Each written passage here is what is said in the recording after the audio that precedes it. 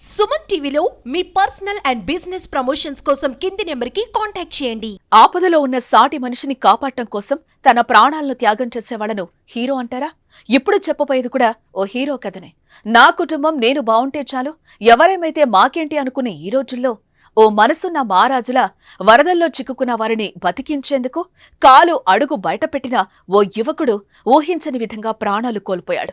నలుగురి ప్రాణాలను కాపాడి మూగజీవాలను రక్షించి వరదల్లో కొట్టుకుపోయాడు. విజయవాడ వరద కన్నీటి గదలో చంద్రశేఖర్ గాథ ఇది.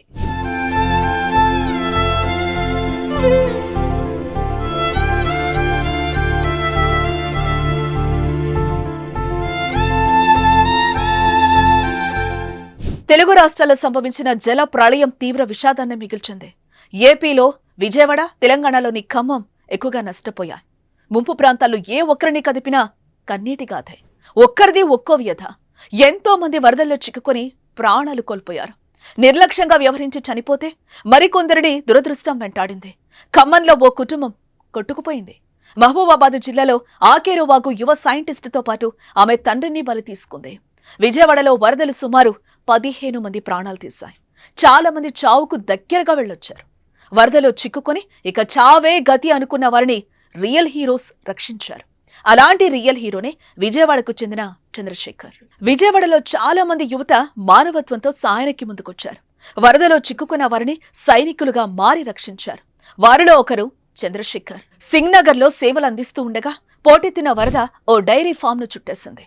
అందులో నలుగురు చిక్కుకున్నారు. ప్రాణభయంతో బిక్కుబిక్కుమంటూ ఉన్నారు.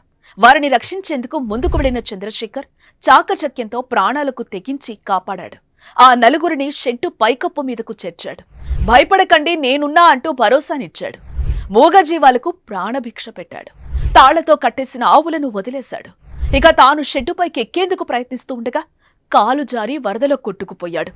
మృత్యు ఒడిలోకి వెళ్లిపోయాడు. ఇక్కడ కన్నీళ్లు పెట్టించే మరో విషయం ఏంటంటే, అతడి భార్య 8 నెలల గర్భిణి. వరదలొచ్చిన సమయంలో ఏ భర్తైనా నిండు గర్భిణిగా ఉన్న భార్య పక్కనే ఉండాలని అనుకుంటారు. కానీ చంద్రశేఖర్ తన కుటుంబం క్షేమంగా ఉంది, మిగిలిన కుటుంబాలను రక్షించాలనే మానవత్వంతో, సేవా హృదయంతో సేవలందించడానికొచ్చి మరణించడం గుండెల్లో పిండేస్తోంది. చంద్రశేఖర్ మరణం ప్రతి ఒక్కరిని కలిచివేస్తోంది. కళ్ళంట నీళ్లు పట్టిస్తోంది. 1 నెల ఆగితే తండ్రి కాబోయేవాడు చంద్రశేఖర్. ఆ ఇంట్లో ఎన్నో ఆనందాలు విరబూసేవి. కానీ ఇంతలోనే అతని మరణంతో విషాద ఛాయలు అలుముకున్నాయి.